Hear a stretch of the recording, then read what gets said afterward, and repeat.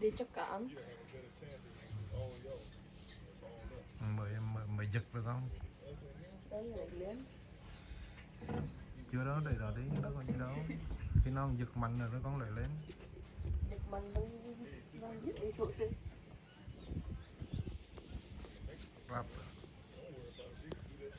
Cua ăn được không? Sao cua giật mạnh dùng được?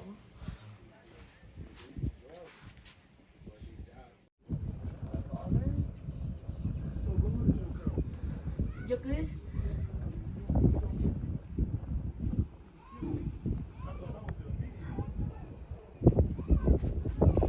Có không? Giật. Có đáng giật hả? Ô, cá bư. Ô, cá bư có. Wow.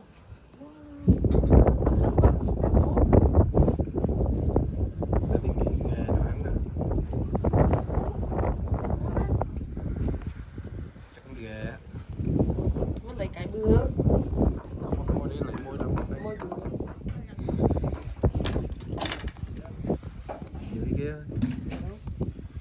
Dưới kia. Ừ. Đấy này, dưới chân con nữa kia. Ở đâu? Dưới chân. Ở đâu?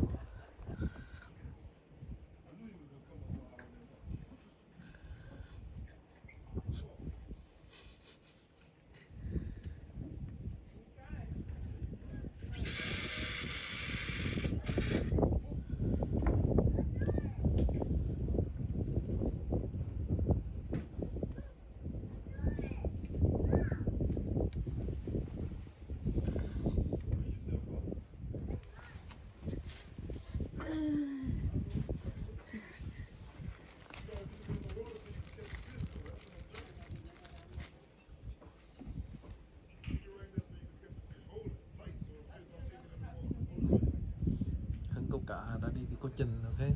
Ok.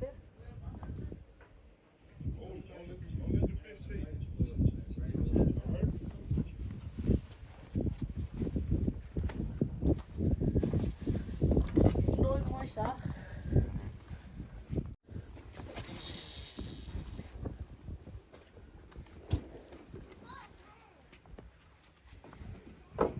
Ở đời.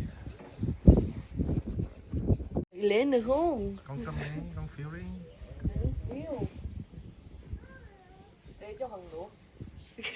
Cầm.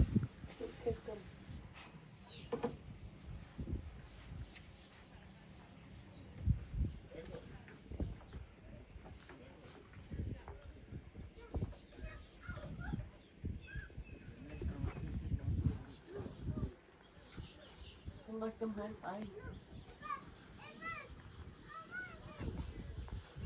Hình như cua ăn được không?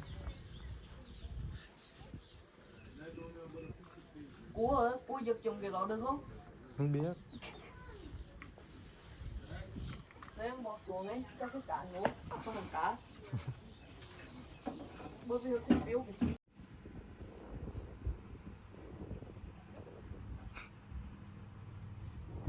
Cá bự quá. Bắt ba shrimp.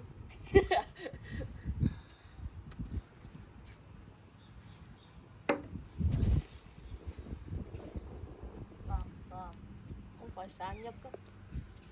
Hả? Ở đây.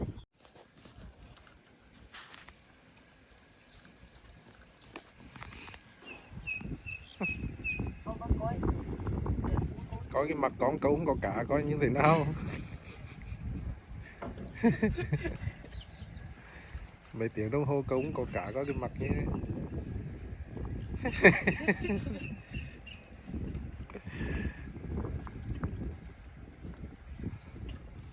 Nghe đi con không bán cái quân Lucky mà vậy. Cái để đó đi. Dừng lên không?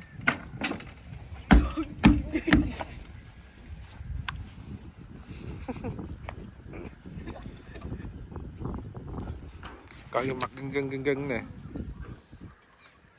Coi gân cái mặt.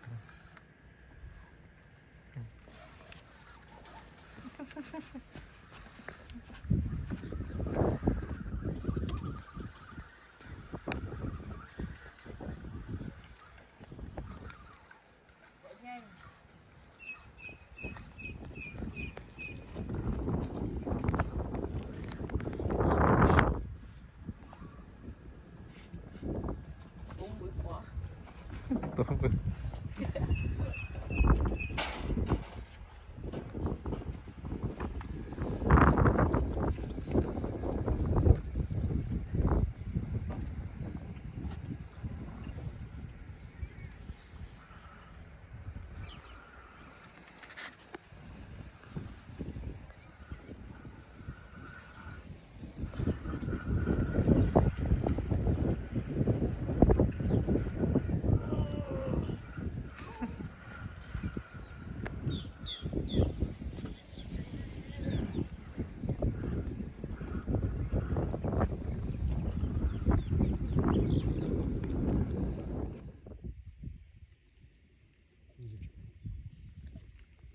Chân nhỏ.